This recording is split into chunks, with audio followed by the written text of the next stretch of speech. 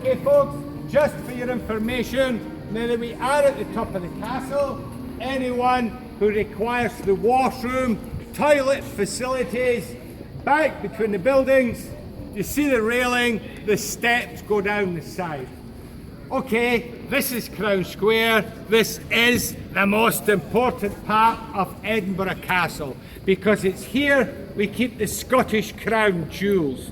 But in the centuries gone past, in times of trouble, the kings and queens of Scotland, they would come here to be safe.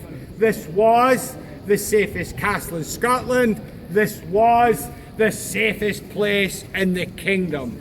The first building in the square, huge building over here, and this is the Scottish National War Memorial. The building dates from the 18th century, but opened in 1927 to commemorate all the Scottish soldiers who were killed in the First World War, 1914 to 1918. However, even today, any Scottish soldier killed in active service anywhere around the world, their names are still being added to the books, and that's within the Hall of Remembrance. And as you can hear, there's actually a service going on, but that should open again just after 12 o'clock.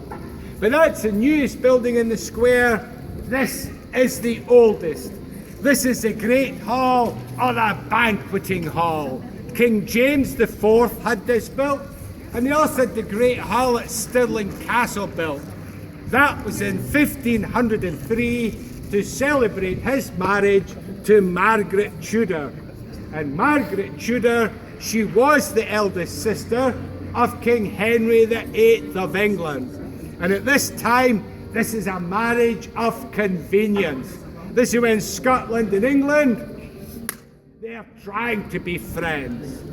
And even on the pipes, you can see thistles and you see roses. Rose for England and the thistle for Scotland. But we're going to jump to 1650. Oliver Cromwell, he was an English general. He invaded Scotland. He used Edinburgh Castle. This was his military base. And he turned this into the barracks for the soldiers. And it more or less stayed that way right up to the late 19th century.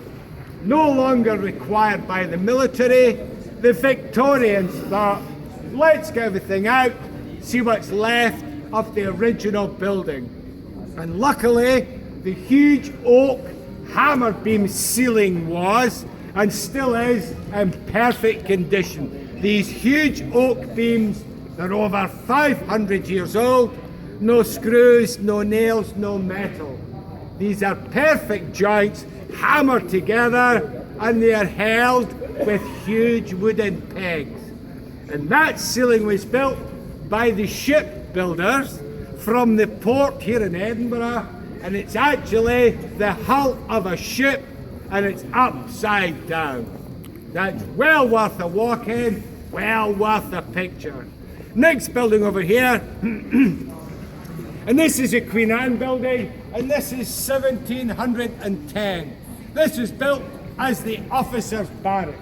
It was a map-making building, and in fact today, it's a tea room. To anybody looking for tea or coffee, that's a place to go. But the most important building in the square, this one here, this is the Royal Palace. This has been home to the Scottish Crown Jewels for over 400 years. We see on the clock tower, that tells us 1993. That's the year Her Majesty the Queen opened the new Crown Jewel exhibition. Everything that happens in Edinburgh Castle, it gets a date. Because eventually this will be part of Edinburgh Castle's history. Small door here to the right hand side, and you see up above 1566. That leads to the bedchamber of Mary Queen of Scots. And in the right hand corner of the chamber, you'll find a birthing room. This is where she gave birth to her son, King James VI of Scotland, on June the 19th, 1566. Then, in 1603, on the death of Queen Elizabeth I, he's also crowned James I of England. But the most important door in the square, central doorway under the clock tower, this leads to the honours of Scotland and to the Stone of Destiny. You're going to see a huge glass case. Inside the case, we have the crown, the sword, and the sceptre. This new crown, that was made by the order of King James V, that was in 1540. Now, James V, he was the father of Mary, Queen of Scots. She indeed was the first monarch to be crowned, using her father's new crown. And in 1543, Mary was crowned Queen of Scotland. She was 9 months old. Oh my God. You can see the sceptre, the gold and silver sceptre. This was the power, this was the authority of the kings of Scotland. And it was a gift to King James IV from Pope Alexander VI. That was 1494. You can see the sword of state, also a papal gift to King James IV from Pope Julius II, 1507. Now Julius, he was known as the warrior pope, but he was the pope who commissioned Michelangelo to paint the ceiling in the Sistine Chapel in Rome. But the most important thing you will see in the glass case, and indeed Edinburgh Castle today, is a huge block of sandstone. Known to us Scots, it's a stone of Scone. More commonly known, it's a stone of destiny. This is our ancient Scottish coronation stone. The very first king of Scotland, he was called Kenneth MacAlpin. He was crowned sitting on the stone in the year 843. Wow. That was 1,173 years ago.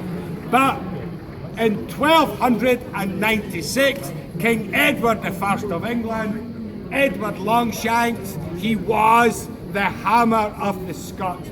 He invaded Scotland. He took the stone. This was his war prize. This was his trophy. And he takes the stone down to London, down to Westminster Abbey. He had a coronation chair built in the Abbey. The stone placed into the chair, that was his insult to the Scots. The King of England now sits upon the coronation stone of Scotland. But it stayed in the chair at Westminster Abbey for 700 years. And in 1996, Her Majesty the Queen declared it should come back to Scotland. It is a Scottish relic. So on our patron saint's day, St Andrew's Day 1996, the stone came back to Scotland, to Edinburgh Castle. However, for any future coronation, that stone still goes back to Westminster. It still goes back into the chair, because now no monarch can be crowned king or queen of the United Kingdom without this stone being back in the chair at Westminster Abbey. Only this time, after the coronation, there will be trouble if that stone does not come back quicker than the last 700 years. One day in the future back home, you may switch on your television set and there's possibly Prince Charles being crowned king. On that day, you will see that stone in the chair at Westminster Abbey. And on that day, I hope you will remember you were this close to the stone here in Edinburgh Castle. As I've said, each of these buildings you visit, inside you find guides like myself. We are all here to help in any way we can answer any questions you may have. Thank you for taking the time to walk through the castle with me this morning. Your turn to explore. Go inside, have fun, enjoy the whiskey. Thank you for your company, folks. Thank you.